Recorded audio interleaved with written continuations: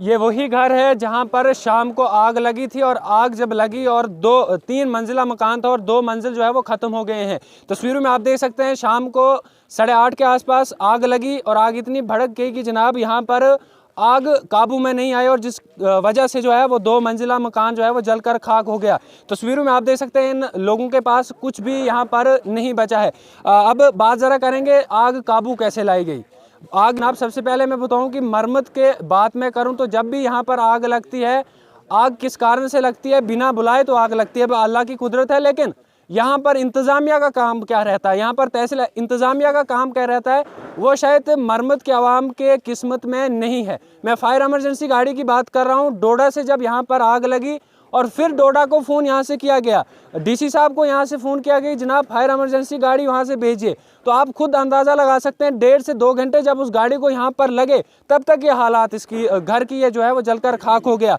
लेकिन उसके बाद काबू तो लाया गया, लेकिन आग किस वजह से लगी वो अल्लाह ही बेहतर जानता है। आग बिना बुलाए जो है वो लगती है। लेकिन आप लोगों की एक मदद की ज़रूरत है। इस फैमिली को, इस वीडियो को ज़्यादा से ज़्यादा शेयर करिए, तमाम लोगों तक पहुँचाए। कुछ अकाउंट नंबर भी आपको देने की भरपूर कोशिश करूँगा कि उस अकाउंट नंबर पर जितने भी आप मदद कर सकते हैं। आप सब जानते हैं कि पिछले टाइम वार्डन में एक हादसा हुआ था जहाँ पर एक बस्ती जो है वो जलकर खाक हो गई थी, यानी कि 100 के प्लस जो है वहाँ पर घर जो है वो जलकर खाक हो गए थे। लेकिन यहाँ पर एक ही घर जो है वो जला हुआ है, लेकिन यहाँ पर कुछ भी लोगों के पास नहीं बचा है।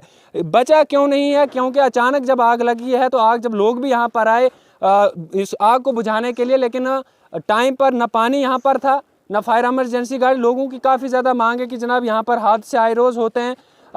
कई सालों की पहले की मैं बात करूँ तो गोवा के अंदर जो है वो हादसा हुआ था। उसके बाद प्रबल के कुछ महीने पहले जो है एक हादसा हुआ, वहाँ पर भी जलकर खाक हो गया था घर। लेकिन आज यहाँ पर हुआ है। साथ ये भी देख सकते हैं लोग खास करके यहाँ पर मदद करने के लिए इनके पास सुबह सुबह ही पहुँचे।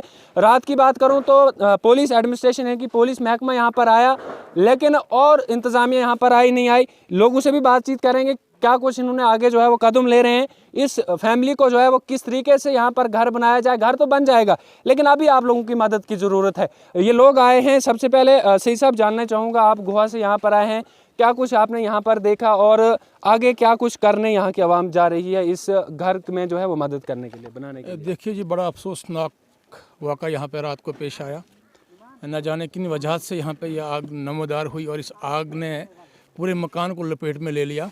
और बात करें इन मकान मालिक की तो यहाँ पे 2 भाई रहते थे जिनका कुछ भी इस वक्त नहीं बचा है। और सबसे बड़ी हमें मरम्मत वालों को ये कमज़ोरी रही है, हमारी एडमिनिस्ट्रेशन हो या गवर्नमेंट हो, कि हम पिछले 10-11 साल से डिमांड कर रहे हैं कि फायर सर्विस स्टेशन यहाँ पे होना चाहिए, बट आज तक यहाँ पे मरम्मत को इग्नोर किया गया। तो आज के वक्त में भी बताऊँ कि इस वक्त जम्मू कश्मीर में हुकूमत भी बन चुकी है और हमारे MLA साहब जो भाजपा से हैं, शक्ति परिहार जी, मैं उनसे भी कहूँगा कि आप इस वक्त हुकूमत में हैं, यहाँ के MLA हैं और सब कुछ आपके कंधों पे ही है, तो आप भी इस पर ज़रूर देखिए, गौर व फिक्र कीजिए। और यहाँ पे एक फायर सर्विस बहुत ज़रूरी है।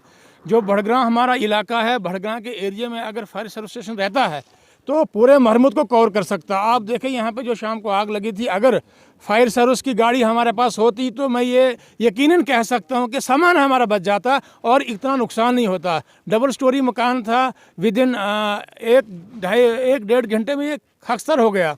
तो जब तक डोडा से गाड़ियाँ चलती हैं, हमारा एक तो रोड बहुत कंजेस्टेड है, यहाँ पे बहुत लिंक रोड है, इसमें बड़ी गाड़ी को चलने में प्रॉब्लम आती है, तो गाड़ी जल्दी से नहीं पहुँचती है। फिर भी उन्होंने काफ़ी कोशिश की, मैं उनका धन्यवाद करूँगा।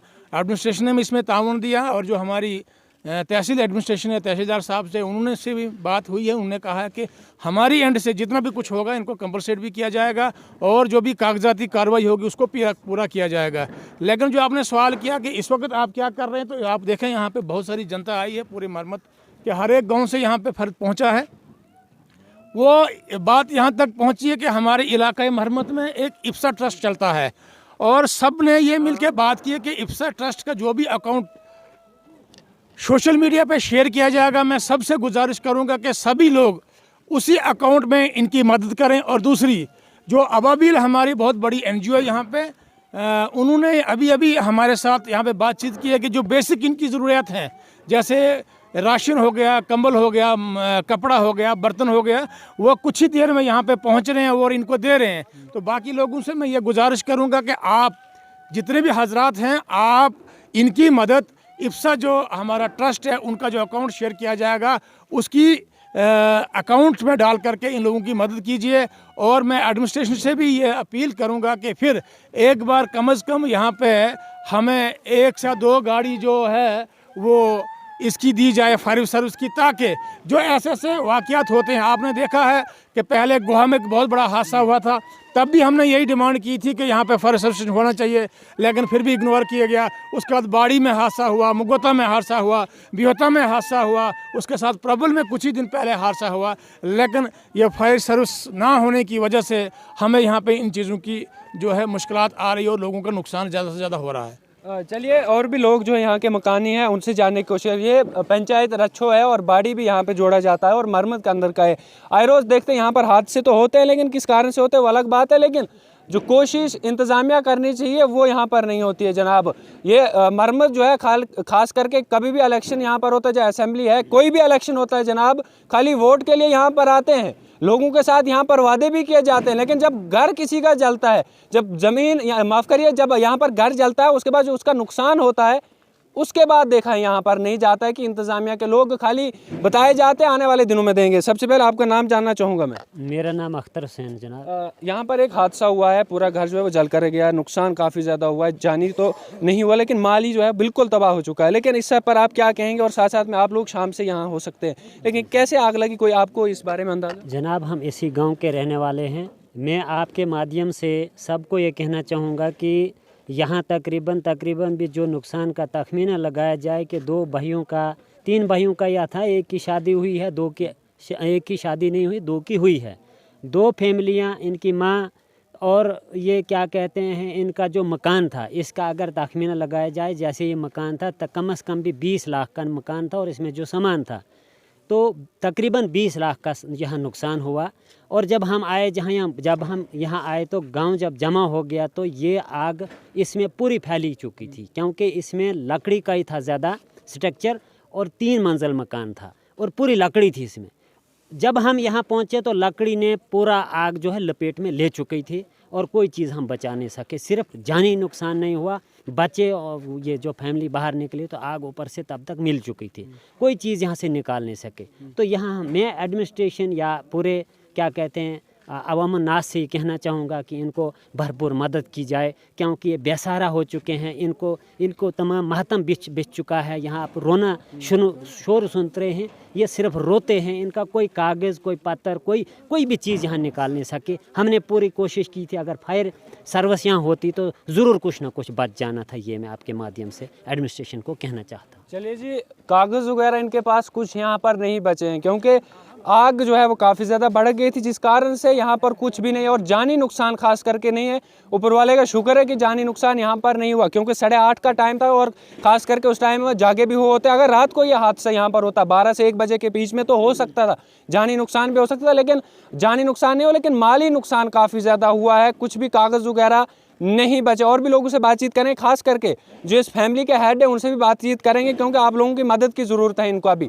जिस तरीके से एनजीओ यहाँ पर काम करते हैं, इफ्सा ट्रस्ट चैरिटेबल ट्रस्ट जो है यहाँ पर काम करते हैं, और साथ साथ में अवाबिल की यहाँ पर बात की, वो तो काम करते हैं, लेकिन आप लोगों का भी काम है कि जनाब इनकी मदद जो है वो बहुत भरपूर करनी चाहिए। और साथ साथ में सरकार यहाँ पर है और नई सरकार बनी, उनसे भी अपील है कि खास करके इन जगहों को देखा जाए जहाँ पर आग बिना बुलाए आती है। और यहाँ पर जिस तरीके से वादे किए जाते हैं कि फायर इमरजेंसी गाड़ी, कई सालों से हम सुन रहे हैं कि जनाब मरम्मत के लोगों को देंगे, लेकिन देंगे जनाब कब? जब आग लगती है और उसके बाद बताया जाता है। उसके बाद नहीं लगती है और तो वो भूल जाते हैं। भूलने के बाद जब कहीं और हादसा होता है फिर बताते हैं कि जनाब देंगे, लेकिन 1.5 से 2 घंटे जब यहाँ पर लगते हैं तो फिर जो है नुकसान ही हो जाता है, तब तक जो है वो जलकर खाक हो जाता है। उम्मीद करेंगे कि जल्द से जल्द जो है फायर इमरजेंसी गाड़ी, फिलहाल तो मुझे नहीं लगता कि देंगे, लेकिन सेंटर प्लेस में खास करके फायर इमरजेंसी गाड़ी को रखना चाहिए, और कहीं ना कहीं उससे जो है आवाम का भी फ़ायदा हो सकता है। और जितना नुकसान होना था या फिर थोड़ा बच भी सकता था कि अगर गाड़ी यहाँ पर जल्दी अगर नज़दीकी होती तो उससे भी बच सकती थी।